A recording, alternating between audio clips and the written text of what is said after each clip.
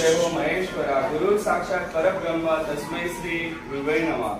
सुंदर ते ध्यान उभे विटेवरी करकटावरी ठेवून या तुळशीहार गड आकाश पितांबर आवड निरंतर तेची ध्यान।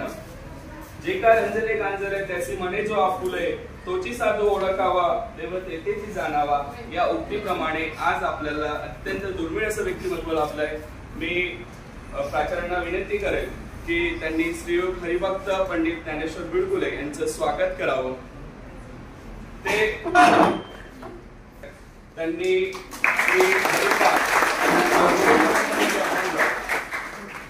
हरिपाठ व गुरु परंपरेच्या घरामध्ये पुस्तक आहे, त्याचं संकलन त्यांनी केलेलं आहे। सो अशी एक आदर्श व्यक्तिमत्व आज आपल्यामध्ये उपस्थित आहे।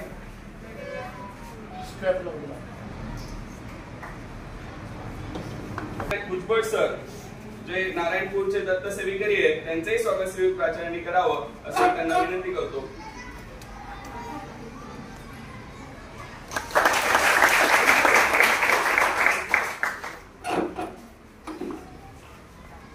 आपले मार्गदर्शक व आपल्याला कुठल्याही कार्यक्रमाला क्षणात होकार देणारे आपले आदरणीय प्राचार्य सर यांचं स्वागत श्री वॉर्ड सरांनी करावं अशी मी त्यांना विनंती करतो।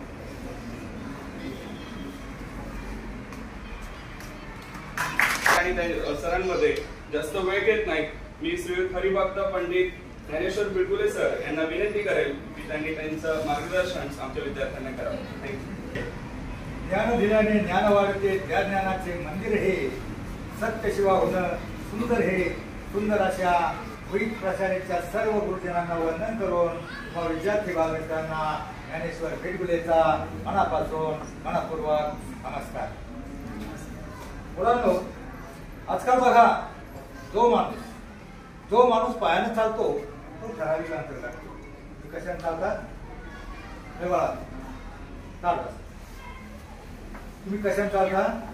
जो माणूस पायाने चालतो तो ठराविक अंतर गाठतो, परंतु जो माणूस डोक्याने चालतो तो निश्चितच आपलं ध्येय गाठतो। मी तुम्हाला थोड्याच वेळामध्ये थोडं तरी डोक्याने चालून यशाचा मार्ग सांगणार आहे। डोक्यानं म्हणजे नीट सरळ अभ्यासामध्ये डोकं वापरून जीवनामध्ये तुमच्यातला प्रत्येक जण चांगला मोठा आणि यशस्वी माणूस होऊ शकतो हा विश्वास देण्यासाठी सुदर्शन प्रबोधन न्यूज चॅनल तर्फे मी तुमच्या समोर हजर आहे। बऱ्याच वेळा मुलांना असं वाटतं अरे आम्ही गरीबाची, आम्ही कमी हुशार, मी लहानसा बुटका, मी लुकडा, मी काळा, मी कसा मोठा। प्रत्येक जण मोठा होणार, तुमच्यातला प्रत्येक जण मोठा होणार, फक्त तुमच्यामध्ये आत्मविश्वास यायला हवा। जीवनामध्ये यशस्वी होण्यासाठी माणसाजवळ आत्मविश्वास हवा आणि तो आत्मविश्वास मिळवण्यासाठी थोडा तरी संतांचा आणि शिवरायांचा इतिहास ज्ञात हवा। जगावं कसं छत्रपती शिवरायांनी शिकवलं, मरावं कसं हे शंभूराजांनी शिकवलं आणि वागावं कसं हे संत समाज सुधारकांनी शिकवलं। परंतु भानगड काय झाली, बऱ्याच वेळा तुमची पिढी सर आमच्या 70 पेक्षा त्या सरांची 35ची पिढी हुशार आहे, 35 पेक्षा ही 16-17ची पिढी हुशार आहे। भानगड काय झाली तर जास्तच हुशार आहे। ते चांगलं लेखकऱ्यांच्यापर्यंत पोहोचत नाही, पोहोचलं तरी डोक्यात घेत नाही। संतांचे विचार, संतांची अभंग 700 वर्षानंतर प्रत्येक गावात कीर्तन प्रवचन काकडा भजन गायले जातात, ते ताजे तवाने वाटतात। आता सरांनी सांगितलं सुंदर ते ध्यान देवाच्या द्वारे रूप पाहत आलोचने केवलेचे रूप। सावता महाराजांचा अभंग कोणता अभंग आहे? अवघी विठाई माझी। कोणती विठाई त्यांची होती तर कांदा मुळा भाजी, अवघी विठाई माझी, लसूण मिरची कोथिंबिरी। आणि हा अवघा अभंग सावता महाराजांचं गाव पंढरपूरच्या जवळ, पण ते कधी पंढरपूरला गेले नाहीत। ते आपल्या शेतातच काम करता मोठ नाळा वेळदोरी मग आपल्या शेतामध्ये पाणी मोठ चालू करायची, पाणी द्यायचं, शेतात मळा पिकवायचा आणि याच्यातच त्यांनी देव पाहिला। ते काम करता ते देवाचं नामस्मरण करायचे, भजन करायचे, अभंग म्हणायचे आणि मग त्यांनी देव आपला त्यांना स्वतः देव भेटायला त्यांच्या शेतामध्ये आलं। त्यांचं गाव सोलापूर हायवेच्या पलीकडं, पण 25 किलोमीटर गावात आणि ते पंढरपूरला न जाता आपल्या शेतामध्ये काम करता कामामध्ये काम, विठोबाचे नाम काम करता देव त्यांना मग स्वतः शेतामध्ये भेटायला। मला सांगा सावता महाराजांनी आपला देव कशात पाहिला? धर्मात पाहिला, कामात पाहिला। मग सध्या तुमचा देव कशात आहे? कशात आहे बरं? टीव्ही, मोबाईलमध्ये, डीजे डान्स, डोली डान्स, कशात आहे? पाटलांचा बैलगाडा. तुमचा देव कशात आहे सध्या? अभ्यासात आहे. तुमचा देव अभ्यासात आहे, शिक्षकांचा देव शिकवण्यात आहे. मुलांना विद्या हे गरिबाचं धन आहे, श्रीमंतांचा अलंकार आहे. असं धन आहे, जगातला कोणताही तोटा तुमच्यापासून हिरावून घेऊ शकत नाही. आणि कोणतीही बहुमजली उत्तुंग इमारत उभारण्यासाठी पाया पक्का असावा लागतो. 12वी पर्यंत शिक्षण हा तुमच्या आयुष्याचा पाया आहे. तुम्हाला जे धडे असतात ते काही फक्त प्रश्नोत्तर लिहून पाठ करण्यासाठी नसतात. प्रत्येक लहान गोष्टीमधून काहीतरी बोध घ्यायचा असतो. प्रत्येक धड्यातून काहीतरी शिकायचं असतं. फक्त प्रश्नोत्तर लिहून पाठ करण्यासाठी धडे नसतात. लहानपणी तुम्हाला एक गोष्ट होती बघा, बारीक असताना आधी सांगायची 2 पाण्याची शर्यत लागते, त्यातला एक जिंकतो. कोणत्या प्राणी होते ते? ससा, ससा, कापूस, जसा. ही लहानपणी गोष्ट ऐकली त्याच्यात कोण जिंकलं? कासव जिंकलं. ससा चपळ होता, ते कासव का जिंकलं? का जिंकलं तर ते थांबलं नाही, झोपलं नाही, त्याला आळस आला नाही. या लहानशा गोष्टीपासून तुम्ही काय शिकायचं? तुम्हाला जीवनाची शर्यत जिंकायची असेल तर तुम्ही थांबायचं नाही. रोजच्या रोज अभ्यास गृहपाठ केला तर तुम्ही जीवनाची शर्यत जिंकणार. काय होतं? एखादं पोरगं, आता तुमच्या भागात बैलगाडा नाही, आमच्या भागात 11वी 12वीच्या पोरांना बैलगाड्याच्या उन्हाळ्यात 4 दिवस पाटलाचा बैलगाडा तिकडेच राहणा करतो. 4 दिवस शाळा करतो, एखादी मुलगी मामाच्या गावाला जाते, 4 दिवस अभ्यास करतो, मग तो पोर्शन शिकवलेला असतो. ऑटोमॅटिक तुम्ही मागं पडता. जीवनाची शर्यत जिंकायची असेल तर त्या सस्याच्या गोष्टीप्रमाणे तुम्हाला नियमित रोजच्या रोज अभ्यास गृहपाठ केला पाहिजे. शिक्षण म्हणजे क्षणाक्षणाला शिकलं पाहिजे. शिक्षण म्हणजे सुतावरून स्वर्ग गाठण्याचा मार्ग. लोक पहिल्यावर स्वर्गात जाण्याची इच्छा व्यक्त करतात, पण शिकला सवरलेला माणूस या पृथ्वी तलावर स्वर्ग निर्माण करू शकतो. इतकी ताकद या शिक्षणामध्ये आहे. आणि शिक्षण म्हणजे शून्यातून विश्व निर्माण करण्याचा मार्ग. आणि शिक्षणाची संधी आयुष्यातून एकदाच असते. कारण आयुष्यातला शिक्षणाचा गेलेला एखादा आठवडा, एखादा तास सुद्धा परत माघारी येत नाही. ज्याप्रमाणे धनुष्यातून सुटलेला बाण परत माघारी मिळू शकत नाही, त्याप्रमाणे शिक्षणाचा गेलेला एखादा तास सुद्धा परत येत नाही.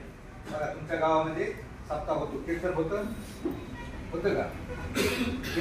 कीर्तनला किती जण जातात? हात वर करा. हरिपाठ होतो, हरिपाठाला किती जण जातात? कारण ते चांगलं ते तुमच्यापर्यंत पोहोचत नाही. तुम्हाला सांगा, डीजेचा आवाज वाढला, किती जण पळतात? सगळे डीजेचा आवाज ऐकला का जेवायचं अर्ध सोडणार, हात पुसणार, तिकडे जाऊन लुंगीणार. मग ते डीजेचं, सिनेमाचं, ऑर्केस्ट्राचं गाणं एकच वर्ष येतं, दुसऱ्या वर्षी गायब होतं. मला सांगा, 7-8 वर्षापूर्वी तुम्ही त्या बाईला एवढं छळवलं की बाई बाहेर गेली नाही. काय नाव होतं त्या बाईचं? धनाबाई, मीराबाई, मुक्ताबाई, बहिणाबाई. त्या डीजेचं गाणं होतं, त्या बाईचं नाव काय होतं? शांताबाई. शांताबाई परत दिसली का? दुसऱ्या वर्षी आला बाबूराव. बाबूराव परत दिसला का? तिसऱ्या वर्षी.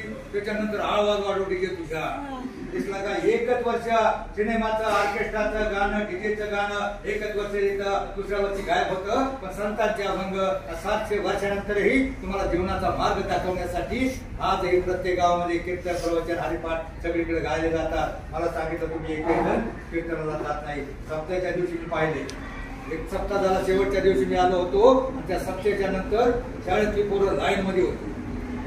कशाला होती? गाण्याचं कीर्तन झालं आणि मग बाकीची सगळी पोरं लाईन मध्ये मी पाहिली. कशासाठी आली होती? भोजन. भोजन आणि भजन. भोजन आणि भजन या शब्दामध्ये फक्त एक काना एक मात्रा एवढंच अंतर आहे. परंतु त्याचा अंतर बघा, त्याचा अर्थ घेतला जमीन आसमानाचा अंतर आहे. आत्ता केलेलं म्हणजे काना मात्रा एक, भोजन म्हणजे एक काना एक मात्रा एवढंच अर्थ आहे. पण काल्याच्या कीर्तनाचं केलेलं भोजन फार तर उद्या दुपारपर्यंत तुमच्या पोटात राहील. उद्या सकाळी गुरुडबुम राहणार आहे. 2 वर्ष राहणार आहे का? परंतु एखाद्या अभंगातला, एखाद्या संतांच्या अभंगातला एखाद्या वाक्याचा अर्थ फक्त तुम्ही घ्या. कांदा मुळा भाजी अवघी मिठाई माझी, म्हणजे आपलं काम आहे. त्याच्यात देव आणि हरिपाठ आहे. ज्याला 2 अभंग 5 अभंग पाठ करायचे त्याला मी मोफत हरिपाठ 1500 तरी देतो तुमच्या संस्थेमार्फत. हरिपाठामध्ये 38 नंबरचा अभंग आहे. फक्त 2 अर्थ तुम्ही कांदा मुळा भाजी आणि 1-2 अभंग पाठ करा आणि त्याच्यातला फक्त अर्थ ध्यानात घ्या. आपल्या कामाचं देव आहे सावता महाराजांचं आणि त्याचा 38 नंबरचा अभंग आहे अवघाची संसार. अवघाची संसार सुखाचा करीन आनंदे भरीन तिन्ही लोक. काय अर्थ होतो याचा? अवघाची संसार म्हणजे कोणाचं म्हटलंय? कोणाचं? आपल्या घरातलं म्हणतोय पप्पा मम्मी कुठे आणि तू. अवघाचं म्हटलंय ना. अख्ख्या जगाचा संसार सुखाचा करायचा आहे आणि आनंद भरेल तिन्ही लोक म्हणजे स्वर्ग मृत्यू पाताळ सगळीकडे आनंद निर्माण करेल. अभंगाच्या एक आचरणाचा अर्थ एवढा मोठा असतो. तर आता तुम्ही बघा, तुम्ही गीता गाथा भागवत ज्ञानेश्वरी मोठे ग्रंथ उचकटणार सुद्धा नाही, कारण तुम्ही मोबाईल टीव्हीच्या विश्वामध्ये दंग झालात. परंतु तुम्हाला जर खरोखर जीवन सुखाचं करायचं असेल, हरिपाठामध्ये 38 नंबरचा अभंग आहे अवघाची संसार सुखाचा करीन. तो जगाचा संसार सुखाचा करायचा आहे आणि नाही अर्थ कळला स्वतःचा संसार सुखाचा करायचा आहे. एवढं जरी कळलं तरी फार झालं. आणि तुमचा संसार अशा प्रकारे सुखा होऊ शकतो. मानव जीवनामध्ये दोनच प्रकारे मोठा आणि सुखी होऊ शकतो. दोनच प्रकारे होते म्हणजे दोन माहिती आहे का? हे बघा, मी तुमच्यासाठी आलोय मुलांनो. खरं सांगायचं मुलींनो, दोन समस्या आहेत आपल्या देशामध्ये. मुलींची वेगळी समस्या आहे आणि मुलांची वेगळी समस्या आहे. तर आमच्या सोलापूर भागामध्ये, पुणे भागामध्ये पोरं प्रत्येक गावामध्ये एक सामाजिक प्रदूषण झालंय. त्या पोरांच्या मध्ये एक सामाजिक प्रदूषण झालंय आणि ते कोणतं? 30-35 वर्षाची पोरं झाली तरी त्यांची लग्न जुळत नाही. ती का जुळत नाहीत याचं कारण सांगतो. आता तुम्ही शाळेमध्ये टुकारपणा करता, शिक्षकांना मागे बोलता, बापाचं ऐकत नाही, मन देऊन अभ्यास करत नाही आणि तुमचं करिअर घडवत नाही. पुढे नोकरी धंदा पटकत नाही. कुठेतरी एखाद्या डीजे पुढे नाचून बिघडता किंवा एखाद्या दादा कोठाऱ्या बरोबर जाऊन ढाब्यावर जाऊन खायला प्यायला शिकता, टुकार बेकार बनता. आणि अशा टुकार बेकार पोरांना कोण देणार आहे? मुली देणार आहे. म्हणून मी तुमच्यासाठी आलोय. तुम्ही त्या 12% बसावं नाही यासाठी मी आलोय. आणि मुलीची समस्या वेगळी आहे, ती नंतर सांगतो. आणि मुलीचं काय होतंय? अति घाई आणि कुठे जाईल?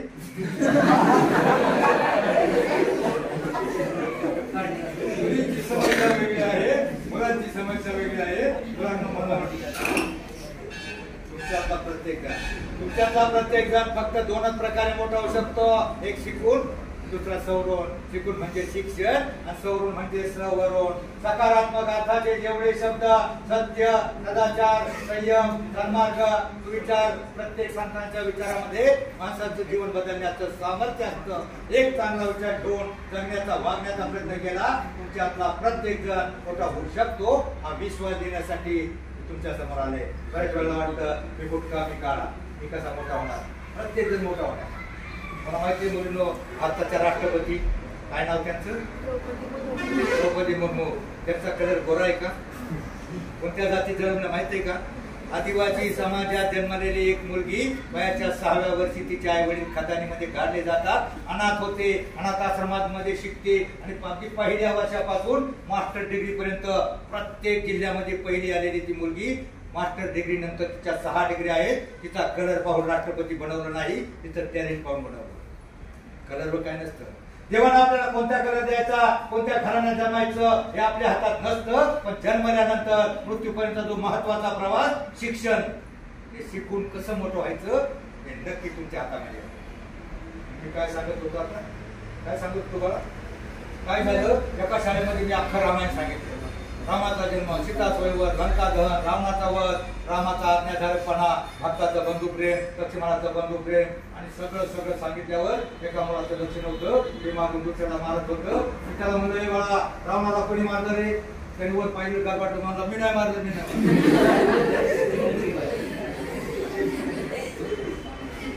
तुमचं लक्ष फक्त तुमच्या लक्षाकडे पाहिजे. अर्जुनाला फक्त काय भाषाचा डोळा, पक्षाचा डोळा दिसत होता म्हणून त्यानं तुमचं लक्ष फक्त सध्या तुमचं करिअर घडेपर्यंत फक्त लक्षाकडे पाहिजे. तुम्ही देव नाही होऊ शकणार, तुम्ही राष्ट्रपती नाही होऊ शकणार, पण तुम्हाला एक दिवस 25-26 नंतर बघा जीवनामध्ये तुमच्या 2 तास महत्वाचे असतील. कोणते 2 तास? एक तुमचा 25-26 नंतर 1 तास येतो. 2 तास तासाचा 1 तास. 1 तासातला एक सकारात्मक विचार घेऊन तुम्ही तुमच्या नेटानं जागण्याचा प्रयत्न केला, तुमच्यातला प्रत्येक जण मोठा होऊ शकतो. बघा लहान बाळ असतं, घरात लहान बाळ झालं का त्याला सतत 3 वर्ष टीका म्हणतात. त्याला ट्रिपल डोस डॉक्टरकडे येतात, सतत 3 वर्ष त्याला डोस देतात, त्याला ट्रिपल डोस म्हणतात. त्या लहान बाळांना पोलिओ, गोवर, धनुर्वात, टीटी कोणत्याही प्रकारची बिमारी मोठं झाल्या होऊ नये म्हणून साठी ते ट्रिपल डोस असतात. मुलांना तुम्हाला आयुष्यामध्ये कोणताही अविचार वाईट प्रसंग तुमच्यावर येऊ नये, तुमच्या आयुष्यामध्ये कोणतीही बिकट परिस्थिती निर्माण होऊ नये यासाठी तुम्हाला ट्रिपल डोस फक्त संस्काराचा. आणि ट्रिपल डोस हे माझं 12 वर्षापूर्वीचं पुस्तक आहे, त्याच्या 6 आवृत्त्या झालेल्या आहेत. हे पुस्तक मी तुमच्या शाळेला भेट देणार आहे, फक्त एक प्रश्न विचारणार आहे, तो उत्तर देईल, ज्याचं नाव याच्यावर लिहिलं जाईल, त्याला फक्त आयपाट लिहिलं असं. ट्रिपल डोस फायद्याचा विचारायचा, तुम्हाला संस्काराचा. काय झालंय, अलीकडे एखादं पोरगं 10वी-12वीला झालं, ते बापाच्या जवळ उभं राहतं, त्याच्यापेक्षा उंच झालंय आणि बाप बोलला तर त्याला राग येतो. बाप म्हणतो, अरे तुला काय कळतं का नाही, त्याच्या पुढे सरळ कर. अरे पाण्याचे नळ चालू ठेवले, तुला काय अक्कल काय आहे का नाही. अरे लाईटची सगळी बटणं चालू गधड्या. बाप त्याला काढो म्हणतो, त्याला राग येतो. अरे मी एवढा मोठा झालोय, मला एवढी शिंग फुटल्या आणि बाप मला बोलतोय, त्या पोरांना राग येतो. शिक्षकांना मारलं तरी, एखाद्याला बोलत तरी रागवला. मुलांना शिक्षक आणि तुमचा बाप फक्त तुमच्या भल्यासाठी बोलत असतो. असं एका पोराला 12वीचं पोरगं रागीत कसं झालं, त्या टीव्ही मधल्या मालिका पाहून, मोबाईल मध्ये पाहून ते ऐकतं रागीत झालं. त्या मोबाईलचा परिणाम असा झालाय, पोराला राग यायचा, बाप बोला का राग यायचा. त्या पोराने ठरवलं आणि बापाची रोजच कटकट, आता माझी 12वी झाली का कुठं तरी नोकरी शोधतो, तिकडे जाऊन छोकरी शोधतो, तिकडेच मरतो. पोरानं 12वी झाली, फिरायला लागलं नोकरीसाठी. आता प्लेन 12वीला नुसतं ITI झाली तरी नोकरी मिळते, डिप्लोमा झालं तरी नोकरी मिळते, इंजिनिअरिंग डिग्री झाली तरी नोकरी मिळते, पण प्लेन 12वीला पटकन नोकरी मिळत नाही. फिरून जवळ महिन्याभरामध्ये नोकरी शोधतो आणि तिकडे जातो. बरं नोकरी शोधली महिनाभर, नोकरी काय मिळाली नाही. त्याच्या आईला कळलं, आई बाबाला म्हणते, आपला बाबड्या महिना झाला नोकरी शोधतोय, तुम्ही काहीतरी बघा ना, तुम्हाला बरीच माहिती आहे. बाप म्हणला ठीक आहे. आईला सांगितलं, त्याला म्हणावा 4 किलोमीटर एक कंपनी चालू झाली, नवीन मोठी कंपनी आहे, इंटरनॅशनल कंपनी आहे, तिथं भरती चालू आहे, त्याला सांग जा. आईनं सांगितलं पोराला, पोरगं गेलं. मोठी कंपनी होती, रोडच्या कडेला कंपनी होती.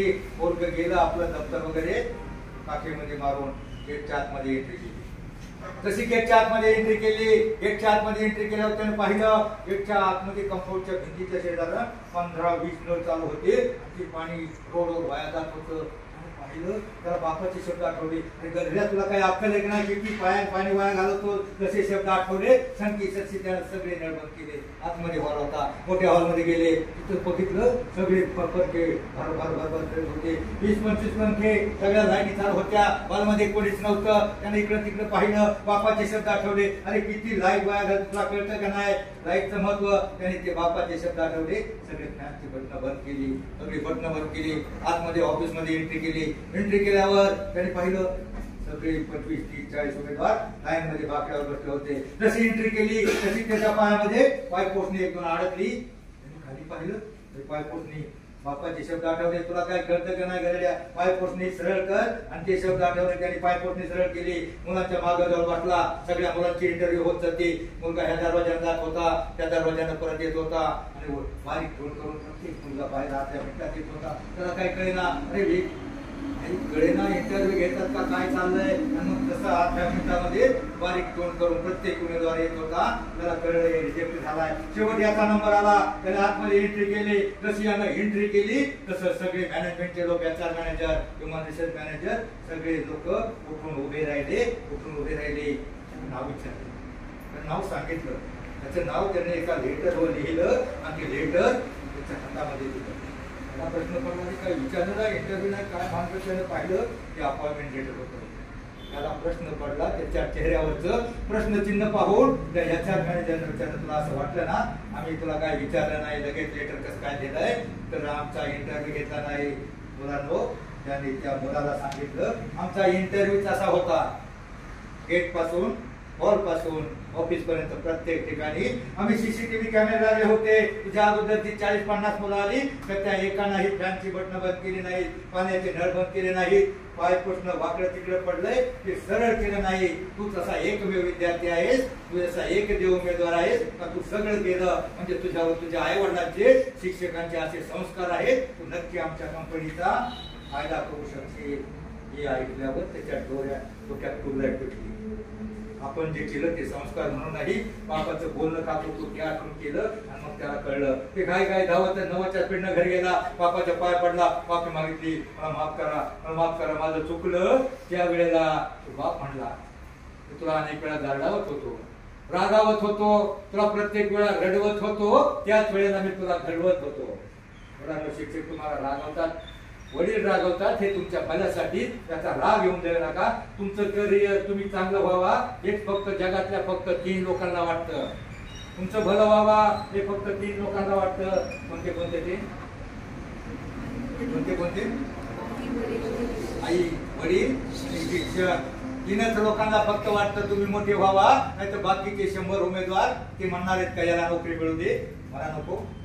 जगातले बाकीचे कुणीही तुमचं भलं चिंतित नाही. फक्त 3च लोक असतात. त्यांचा रिस्पेक्ट करा, त्यांचा ऐका. ते छडी मारतात ते तुम्हाला शिस्त लागण्यासाठी, तुम्हाला संस्कार मिळण्यासाठी. म्हणून तुम्हाला हा संस्काराचा टेबल. आता तुमचा प्रश्न वेगळा आहे. छत्रपती शिवराय नाव ऐकलं तुम्ही? जगावं कसे ज्यांनी आम्हाला शिकवलं ते छत्रपती शिवराय. त्यांचा इतिहास बघा. एक आमच्या शिक्षणातून मागची एक मुलगी ग्रॅज्युएट झाले, टॅलेंटेड, एका राज्यामध्ये पहिली आली. 15 वर्षापूर्वीची गोष्ट आहे. तोपर्यंत मोबाईल वगैरे निघाले नव्हते. त्याच्या पूर्वीची गोष्ट आहे. ही मुलगी टॅलेंटेड, त्या मुलीचं टॅलेंट बघून राज्यात पहिली आलेल्या मुलीला आपलं रिसर्च सेंटरनं मुंबईला बोलवलं. कारण त्याला संशोधनासाठी परदेशात पाठवणार होते. तिचं टॅलेंट पाहून ती मुलगी गेली. तिच्या घरातले सगळे लोक अडाणी होते. कोणीतरी म्हटलं आम्ही तुझ्या बरोबर तू म्हणजे कशाला, एकटी जागा मिळते का नाही दोघांना, असे म्हणून ती एकटी मुलगी गेली. ग्रॅज्युएट झाल्यानंतर ती मुलगी एकटी गेली मुंबईला गेली. 12 वाजता मुंबईला पोहोचली. म्हणजे तिचं गाव शिक्रापूर पासून 15 किलोमीटर दूर आहे. गाव. त्या सत्य घटना सांगतो मी तुम्हाला, सांगणार आहे सगळं सत्य. मी काय तुम्हाला असं मनातलं काही सांगणार नाही. ती मुलगी गेली. तिचं गाव 15 किलोमीटर. शिक्रापूरला आली. शिक्रापूरवरून पुण्याला बस पकडली आणि बस स्टॉपला उतरून पुण्यावरनं एसटी पकडली. मुंबईला पोहोचली. 12 वाजता पोहोचली. 12 वाजता नंतर तिथून तिनं रिक्षा पकडली. ऑफिसला गेली. ज्या बोलावलं त्या ऑफिसला. तिथं तिने कागदपत्र दिली, फोटो सगळे कागदपत्र दिले आणि लेटर घेतलं. तिनं ते लेटर घेऊन परत मागे फिरली. परत मागे फिरून ती 1:30 वाजता एसटी मध्ये बसली. परंतु तिच्या दुर्दैवानं म्हणा की संयोगानं म्हणा, ती एसटी खोपोलीच्या घाटात पंक्चर झाली. ही मुलगी 7 वाजेपर्यंत पुण्याला पोहोचणार होती, परंतु एसटी पंक्चर झाली. त्यातनी काही बोलाना, त्यातनी पंक्चर आणि त्या गोळामध्ये 3-4 तास तिथं गेले. त्याला तिथं 10 वाजले. मग त्यानंतर ती मुलगी 11 वाजता पुण्यामध्ये पोहोचली. 10:30 वाजता शेवटची बस असते. ती बस निघून गेली होती. मग ती काय प्रश्न चिन्ह पडलं. त्यावेळेला मोबाईल नव्हता. मोबाईल जर असताना तिने फोन केला असता, हॅलो पप्पा काळजी करू नका मी आहे. परंतु त्यावेळेला मोबाईल नव्हता. त्याच्या अगोदरची गोष्ट आहे. मग घरच्यांना प्रश्न पडला. त्यांनी 4 हेलपाटे घातले. 15 किलोमीटर भाऊ आला, चलत भाऊ आला, चौथा आला. स्टँडला गेले. एसटी गेली. मुलगी आली नाही. सगळं अख्खं कुटुंब 25 माणसाचं एकत्र कुटुंब सगळं काळजीत होतं. आपोली एक होती, एक हुशार टॅलेंटेड मुलगी. तिथं नेमकं काय झाले, 11 वाजले, 11:30 वाजले, तरी ती पोहोचली नाही. मग ती काळजीत पडले. त्याने 4 चक्रा मारल्या. एसटी गेली, सगळ्या बस गेल्या. सगळे चिंतेत होते. परंतु ती मुलगी तिला त्या आपल्या पुण्यावरनं शिक्रापूरच्या स्टॉपला येते त्या रोडला उभी होती. रात्रीच्या 11 वाजता, 11:15 वाजता तिला तिच्या कर्मानं, नशिबानं म्हणा, एक ॲम्ब्युलन्स पुण्यावरून नगरला चालली होती. त्या ॲम्ब्युलन्स गाडीवाला मुस्लिम समाजाचा होता. त्याने पाहिलं ही मुलगी एकटी उभी आहे बस स्टॉपला. मग त्याने विचारलं, का बाई तू का उभी आहेस? तिने विचारलं, माझ्या सगळ्या बस गेल्या. त्या माणसानं तिला त्या ॲम्ब्युलन्स मध्ये घेतलं. शिक्रापूरला पोहोचवलं. तोपर्यंत 11:15-12 वाजायला आल्या होत्या. मग ती शिक्रापूरला उतरली. आता तिथं काय उरलंय? तिथेही काही उरलं नव्हतं. गावाकडे जायला सगळे घरचे 4 राऊंड पाहून कंटाळले होते. परंतु तिच्या गावच्या रस्त्याला ती उभी राहिली. आणि तिच्या नशिबानं एक मोटारसायकलवाला तळेगाव ढमडेरीला 5 किलोमीटर सप्ताह चालू होता. कीर्तन 11:30 संपलं होतं. नेमकं 11:15 वाजता तो मोटारसायकलवाला त्या रोडला आला. कारण ती एकटी मुलगी पाहिली. मोटारसायकल थांबवली. त्या मुलीनं पाहिलं होतं एक मोटारसायकलवाला येतोय. ती लांबून त्याच्याकडे पाहतच होती. तो म्हटला यायचंय का म्हटल्यावर ती मुलगी तिच्या मोटरसायकलवर रात्रीच्या 12 वाजायच्या 5 मिनिटं पहिली बसली. तर मला सांगा मुलींनो, 25 वर्षाचा जवान मोटरसायकलवाला रात्रीच्या 11:15 वाजता त्याच्या गाडीवर एकट्या मुलीने बसावं का? 15 किलोमीटर कोणती रोड नाही, अंधाऱ्या रोडला जायचे, बसावं का? नाही ना. ती मुलगी हुशार होती. ती बसली. 15 मिनिटांमध्ये 12:15 वाजता ती लोक तिच्या घर रात्रीच्या जरा जवळच होतं, तिथं जाऊन मोटरसायकल थांबली. सगळी तिच्या घरातली लोक ओट्यावरच होती. त्यांनी पाहिलं की मोटरसायकल कोणतरी आली, मग ती सगळी धावत रस्त्याला आली. दाबरी रोडवरची जशी आली तसं त्यांना प्रश्न पडला, एक दाढीवाला गबरू जवान याच्या बरोबर आपली मुलगी 12:15 वाजता एकटी अंधारामध्ये तिची प्रश्नांतर नजरेनं त्याच्याकडे सगळे पाहायला लागले. मग त्यांनी घेतलं, यांना प्रश्न पडलाय, त्याचा काही संबंध नव्हता. त्यांनी सांगितलं, तुम्हाला असं वाटतंय ना तुमची मुलगी माझ्यावर बसली, तर ती मुलगी म्हणजे त्या मुलीला विचारलं, रात्रीच्या 12 वाजता मी 25 वर्षाचा जवान, तू 20 वर्षाची मुलगी माझ्या एकटीच्या गाडीवर बसली का बसली, तुला का बसावं वाटलं, तुला भीती वाटली नाही? तर ती मुलगी म्हणजे नाही वाटली. मला का नाही वाटली? तर मी म्हटलं, मी लाईटीच्या कांबळ्याजवळ उभी होते, तुझी गाडी दूरवरून येत होती, गाडी येताना माझं लक्ष होतं, मी गाडीवर येताना तुझा चेहरा पाहिला नाही, पण तुझ्या गाडीच्या बॉनेटवर एका राजाचं चित्र होतं. ते चित्र मी पाहिलं आणि तुझा चेहरा न बघताही तुझ्या गाडीवर बसले. त्याचं कारण त्याच्या गाडीच्या बॉनेटवर छत्रपती शिवरायांचं चित्र आहे. तो कोणत्याही महिलेचा विनयभंग करू शकत नाही. मित्रांनो, छत्रपतींचे विचार, तुम्हाला सगळा इतिहास माहिती आहे. कल्याणच्या सुभेदाराची सून, कल्याणच्या सुभेदाराची सून, मला वाटतं वेळ संपत आलाय, संपलाय का? कंटाळा आलाय ना? तुम्हाला इतिहास माहिती आहे. कल्याणच्या सुभेदाराची सून, त्याला ज्यावेळेस आबाजी सोनदेवनं सगळा खजिना आणि कल्याणच्या सुभेदाराच्या सोनेला घेऊन 5 किलोमीटर कल्याण पासून जो शिवरायांचा आवळ्याचा तंबू मध्ये घेऊन आले आणि राजांना म्हणलं, राज हा खजिना तुमच्यासाठी मी सुंदर नाचराणा आणलाय. ही सगळी स्टोरी तुम्हाला माहित आहे. राजांनी पाहिलं आणि आबाजीवर खळबळले, आबाजी तुमचं डोकं ठिकाणावर आहे का? आम्ही जर शत्रूंच्या लेकी बाळींची इज्जत लुटायला लागलो तर त्यांच्यामध्ये आपल्यामध्ये फरक काय राहिला? म्हणजे जा आपली, म्हणजे मी शॉर्ट मध्ये सांगतो, तुम्हाला माहिती आहे, आपली बहीण मानून चोळीत बांगडी करून तिला परत पाठवते. म्हणून ते गाणं आजही आहे. सुभेदाराच्या सुनेला आपली बहीण मानून 15-20 मावळे घेतले आणि त्या मावळ्यामध्ये तिला चविण्यामध्ये बसवले. 20 मावळे घेऊन त्या कल्याणच्या सुभेदाराकडे पोहोचवायला परत निघाले.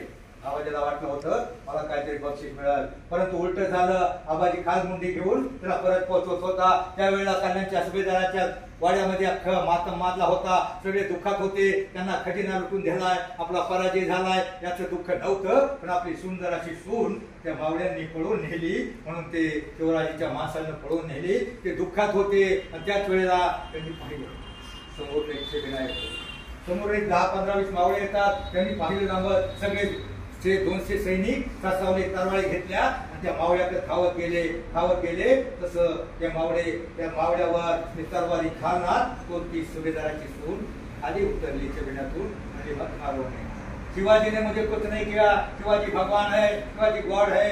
आणि मग असं सांगितल्यावर सगळी स्टोरी सांगितली. मग ती सगळी स्टोरी ऐकून ते मुसलमानाचे मावळे त्यांनी घोषणा दिली, छत्रपती शिवाजी महाराज की छत्रपती शिवरायांचा जयजयकार का होतो. छत्रपती शिवरायांचे अनेक राजे सुरू होते. राजा रामदेवराव, महाराणा प्रताप, पृथ्वीराज चव्हाण, अनेक राजे होते. छत्रपती शिवराय या विषयावर 1 तास बोलतो, पण तुम्हाला आता तासच दिला नाही बोलणं, फक्त 1 तास वेळ दिलेला आहे. म्हणून मी सांगतो छत्रपती शिवरायांचा जयजयकार का होतो. तर छत्रपती शिवरायांनीच फक्त शेतकऱ्यांच्या मालातून सैनिक जायचे, माल नासाडी करायचे, माल लुटून न्यायचे. त्यांनी फक्त सांगितलं कोणत्याही शेतकऱ्याच्या भाजीच्या देठालाही हात लावू नये किंवा कोणत्याही पिकाची नासाडी करू नये. 7-12 जे आपल्याला आहे ना ते छत्रपती शिवरायांनी दिलं. शेतकऱ्यांना संरक्षण दिलं, नुकसान झाली तर शेतकऱ्यांसाठी सगळं केलं. म्हणून त्यांना रयतेचा राजा म्हणतात. लेकीबाळींच्या इज्जतीची त्यावेळेला प्रत्येकाला वाटायचं आणि लोकांच्या लेकीबाळी म्हणजे आपल्या बापाची जहागीर आणि लेकीबाळीची इज्जत लुटली जायची. छत्रपती शिवरायांना सगळ्यांना मामान काढलं. कुणाच्याही लेकीबाळीच्या इज्जतीचं संरक्षण करायचं, इज्जतीवर हात घालायचा नाही. मग तुम्हाला हे माहिती आहे त्यावेळेला ही वार्ता छत्रपती शिवरायांनी, ती वार्ता छत्रपती शिवरायांनी सगळी जगात कळली का शिवरायांनी कल्याणच्या सुभेदाराच्या सुंदर सुनेला परत केलंय आणि ती सईबाईंना कळली. सईबाई कोण होती? छत्रपतींची पत्नी सईबाईंना कळलं, सगळा इतिहास कळलं. ती इतिहास तर आत्मक करतो. त्यावेळेला काय व्हायचं, एखादं चांगलं काम झालं का पोवाडा शाहीर असायची, ती शाहीर पोवाडा गायचे आणि त्या दाराच्या बाहेर पोवाडा गायचे. 1962 साली मी 7-8 वर्षाचा होतो. त्यावेळेला भारत चीनचं युद्ध झालं. माहिती आहे का तुम्हाला? भारत चीनचं 62 युद्ध नसेल माहिती का? तुम्ही तुमचे वडील त्यावेळेला नसतील. तुम्ही कुठं राहता? त्यावेळेला युद्ध झालं, आपली पिछेहाट होत होती. आपली पिछेहाट होत असताना आपल्या सैनिकांना उत्साह देण्यासाठी, उमेद देण्यासाठी, आधार देण्यासाठी त्यावेळेला आमचे शाहीर त्यावेळेला पोवाडा गायचे. तसे पोवाडे शिवरायांच्या वाड्यासमोर गायला लागले. त्यावेळेला आपला पराजय होत असताना गावागावामध्ये सैनिक यायचे. 12 वर्षाचे 16 वर्षाची पोरं त्यांना न्यायचे, ट्रेनिंग द्यायचे आणि मग आपल्या सैनिकांना उत्साह वाटावा म्हणून त्यावेळेस पोवाडा गायला असायचा. हिमालयाच्या सरहद्दीवर नेफा गाडी गाठवा, मातृभूमीच्या तरुणवीरांनो भारत आपला टेकवा, लालचिनी पिटवा भारतीन हे भाई भाई जेव्हा वासा हा पहिला. म्हणजे उत्साह देण्यासाठी तो पोवाडा मी शाळेत असताना म्हणायचो. उत्साह देण्यासाठी पोवाडा गायचे. तसे पोवाडे त्यावेळेचे आपले शाहीर शिवरायांच्या वाड्यासमोर आले आणि शाहीरला काहीतरी विदाकी मिळेल म्हणून शिवरायांचा पोवाडा गायला लागले. कन्यांच्या सुभेदाराला सून बर कशी परत केली हे सगळं पोवाडा सांगितलं. ते आतमध्ये सईबाईनं ऐकलं आणि सईबाई मग नंतर एकांता शिवराया जेवढा आले त्यावेळेला सईबाई म्हणजे राजत, सुभेदाराची सुंदर सून तुम्ही परत केली. मग सांगा, एवढी सुंदर स्त्री पाहून मला काहीच वाटलं नाही का? तुमच्या मनामध्ये काहीच प्रेम वाटलं नाही का? त्यावेळेस छत्रपती शिवराय म्हणाले, सई प्रेम हे दिसण्यावर नसतं, असण्यावर असतं. प्रेम हे रूपावर नसतं, स्वभावावर असतं. प्रेम हे फक्त प्रेम, कोणतं प्रेम खरं असतं तर सैनिकाचं देशावर, आईचं वासरावर, भावाचं बहिणीवर, आईचं लेकरावर आणि शेतकऱ्याचं आपल्या काळ्या मातीवर असतं. ते खरं प्रेम. बाकी ते प्रेम सगळं खोटं असतं. प्रेम या शब्दाची व्याख्या त्या फॉरेन पाश्चात्य लोकांनी आरोग्य घेतली. ते काळी विचाराला होता आणि ती पोरगी गायवाली. मराठी सर्व काही काय त्या पोरीचं नाव मला सांगा. ते इंग्लिश मधलं किती दिवस टिकलं? किती वेळाला ती पळून गेली आतली ती आजची कमेटी. फक्त एकदा तिथं पळून गेल्या, एकदा थाकली, दुसऱ्या दिवसापासून सुरू झालं. तुला भीत कळत नाही का? ते कॅलेंडर कशाला आणलं? तुला काहीच येत नाही का? म्हणजे एकच दिवस ते प्रेम खरं नसतं. ते काय आहे ना, काय इंग्लिश मध्ये ते सोपा शब्द आपल्या पोरी पळलं गेलं फासतात त्याला. काय ते पळलं गेलं, एखादा हिरो भेटतो भोळ्या बाबड्या मुलीला फसवण्यासाठी म्हणतो काय मला जुना बीकॉम 35 मार्क होती इंग्लिशला. काय मला 2 शब्द आठवतात काय? आय काय यू असंच आहे ना, आय काय यू. आणि मग आय काय यू म्हणलं ना आमच्या पोरी फापतात. हा आय काय म्हणलो एखादा तुम्हाला मी याच्यासाठी आणतोय. सीतेला ज्यावेळेस लक्ष्मण रेषा ओलांडली अख्खं रामायण बिघडलं. आयुष्यामध्ये प्रत्येक मुलीच्या जीवनामध्ये एक लक्ष्मण रेषा ओलांडायची नसते. एखादा हिरो तिकडे तुम्ही कॉलेजला गेल्यावर म्हणाल तुम्हाला आय काय यू म्हणेल एखादा, तर त्याला म्हणा तुझी आय आणि तुझा बाप माझ्या बापाकडे घेऊन ये आणि मग ठरवू काय. तुम्हाला घडवण्यासाठी तुमचे आई वडील लहानाचे मोठे करतात. बालवाडी, अंगणवाडी, हायस्कूल, कॉलेज 20 वर्ष लागतात. पण तुम्ही एका दिवसामध्ये पोरं डीजे पुढे बिघडतात, उठायला बरोबर बिघडतात आणि मुली अतिघाई संकटात जाई करतात. त्या आरतीला सांगा त्याचे खटके सगळे पाहिले. मग किती राहिलं तिथं ती लई घायवाली होती. मराठी सांगू काही किती राहिलं का ते काही खरं नसतं. ते फक्त एक सैनिक आकर्षण असतं. डेंजर, बोका, खतरा कुठं दिलेलं नसतं. आणि नवीन मुली अशा प्रकारे भरल्या जातात. मुलांचा एक सवाल, तुम्हाला देव व्हायचं नसेल तर तुम्हाला 26व्या वर्षी नवरदेव व्हायचं. मला माहिती आहे तुम्ही राष्ट्रपती नाही होऊ शकणार, तुम्ही APJ अब्दुल कलाम, झाकीर हुसेन नाही होऊ शकणार. कमीत कमी तुम्ही पती व्हावा याची इच्छेनं मी आलेलो आहे. आणि तुम्ही अशी काही प्रत्येक डोक्यावर वळण असतं, सावधान, गाडी सावकाश चालवा आणि ते न बघता तर तुम्ही गाडी चालवली, गाडी पलटी होती आणि त्या पत्र्याच्या बॉडीची गाडी डेंटिंग पेंटिंग करून नीट होते. पण या देहाच्या बॉडीची गाडी ही मानसिक आहे ना ती आयुष्यभर नीट होत नाही. त्या तणावाखाली त्या मुलीचं अनेकदा बदनाम झालेल्या मुलीला समाज स्वीकारत नाही. मी फक्त लक्ष्मण रेषा, रामायण आणि ते पिक्चर मधलंच एकदा सांगतो. परंतु आता मुलं मिक्स आहेत म्हणून सांगत नाही. आयुष्यामध्ये लक्ष्मण रेषा ओलांडू नका. तुमचे आई वडील काय तुम्हाला खड्ड्यात पडणार नाही. तुमच्या आई वडील तुमच्या भल्यासाठीच करणार आहेत. ते काही करणार आपल्या आई वडिलांना मान खाली घालावं लागल असं आयुष्यात वागू नका. त्या काय ते इंग्लिश मधल्या शब्दाला काय खरं नसतं. ठिकाण गाणी प्रत्येक ठिकाणी डेंजर ठोका. रस्ता फार खास खळग्याचा आहे, सगळीकडे वाळवा बसरलाय. त्या खास खळग्याचा रस्ता चालताना म्हणून फक्त एक करा, जपून टाका पाऊल, जपून टाका पाऊल. कारण प्रत्येक वाट सारखी नसते. जपून ठेवा विश्वास. कारण प्रत्येक माणूस आपला नसतो. जपून घ्या निर्णय. कारण प्रत्येक पर्याय योग्य नसतो. जपून ठेवा आपलं मन, हेच फक्त आपलं असतं मनाचा ब्रेक, उत्तम ब्रेक. वाचलं की नाही पुढे? म्हणजे मन फार चंचल आहे, ते पटकन पुढे इथून पंढरपूरला जातं, नाही तर बेवडेवाडीला जातं. मनाला ब्रेक करण्याचं काम संतांचे विचार करतात. म्हणून संतांचे विचार अंगीकार करा. एखादा अभंग आयुष्यामध्ये पाठ करा. या 2 अभंगाचा अर्थ घ्या. त्याला हरिपाठ पाहिजे असेल त्याला मी घेतो. बस मला वाटतं वेळ संपलेला आहे. आयुष्यामध्ये जगा इतकं, आयुष्यामध्ये जगा इतकं आयुष्य कमी पडेल. शिका इतकं डिग्र्या कमी पडतील. हसा इतकं आनंद कमी पडेल. दौडा असे कम नशिबाचा पासा निखळून पडेल. परंतु मुलांना प्रयत्न इतका करा, अभ्यास इतका करा, त्या विठ्ठलाला, पांडुरंगाला, परमेश्वराला, त्या देवांना तुम्हाला देणं भागत पडेल, देणं भागत पडेल. जय हिंद, जय महाराष्ट्र. छत्रपती शिवरायांच्या दोन्ही मुलांची आणि सुनांची नाव काय? सांगा पटकन. ये पुढे. छत्रपती संभाजी महाराजांची बायको येसुबाई आणि राजाराम महाराजांची बायको ताराराणी. त्याच्यासाठी टाळ्या वाजवा. आवडीचा विचारू का? जुना विचारू. डॉक्टर बाबासाहेब आंबेडकर त्यांच्या मानसपुत्राचं नाव काय? सांगताय तुम्ही? नाही मला तुमच्या आवडीचं ना. 2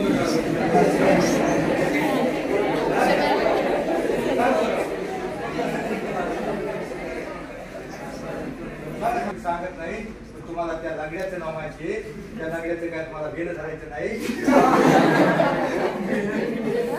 डॉक्टर बाबासाहेब आंबेडकर आणि जर तुम्हाला महात्मा ज्योतिबा फुल्यांच्या मुलांचे नाव माहित नसेल, छत्रपतींच्या मुलांची सुनांची नाव माहित नसतील तर या लंगड्या पैशाचं काय भेद धरायचं नाही. आयुष्यामध्ये संतांचे विचार, शिवरायांचे विचार हेच फक्त आपल्याला सुरक्षित ठेवू शकतात. जोपर्यंत छत्रपतीचे विचार, संतांचे विचार आहेत तोपर्यंत आपल्या लेकीबाळी सुरक्षित राहतील. म्हणून हे 2 विचार अंगीकारा. धन्यवाद. त्याला काय करायचंय काय नाही हे त्यालाच कळत नाही. आणि म्हणून आज आपल्या इथे त्या ठिकाणी संस्काराचा ट्रिपल डोस हा विषय घेऊन आपल्याकडे आलेले त्या ठिकाणी हरिभक्त पंडित त्या ठिकाणी ज्ञानेश्वर मिडगुले यांनी आपल्याला योग्य असं मार्गदर्शन केलेलं आहे आणि आपल्याला चांगल्या संस्काराचा एक ट्रिपल डोस त्या ठिकाणी आपल्याकडे दिलेला आहे आपल्याला. आणि या संस्काराचं नक्कीच आमची मुलं त्या ठिकाणी पालन करतील असं मला वाटतंय. आणि त्या मुलांच्या वतीने मी त्यांना खात्री देतोय. देऊ का? देऊ ना? त्या मुलांच्या वतीने मी तुम्हाला खात्री देतोय की नक्कीच मुलं ही संस्कार त्या ठिकाणी पुढं याचं अनुकरण करतील आणि योग्य राहतील. त्यांनी आपल्याला योग्य मार्गदर्शन केलं त्याच्याबद्दल या ठिकाणी त्यांचा आभार मानतो. त्याचबरोबर त्यांचे सहाय्यक त्या ठिकाणी हरिभक्त दत्तात्रय भुजबळ यांच्या सुद्धा त्या ठिकाणी मी आभार मानतोय. त्याचबरोबर आपल्या इथे त्या ठिकाणी आपले जे प्राचार्य दाणे साहेब यांनी त्या ठिकाणी या गोष्टीला परमिशन दिलेली आहे त्यांना, याबद्दल त्यांचेही आभार. तसेच माझे सहकारी ज्युनियर कॉलेजचे सगळे शिक्षक यांचेही आभार. आणि तुम्ही सगळ्यांनी त्या ठिकाणी शांत पद्धतीने त्या ठिकाणी ऐकून घेतलेला आहे त्याबद्दल तुमच्याही सगळ्यांचे आभार. आणि प्राचार्यांच्या वतीने मी या ठिकाणी हा कार्यक्रम त्या ठिकाणी संपला असं जाहीर करतो.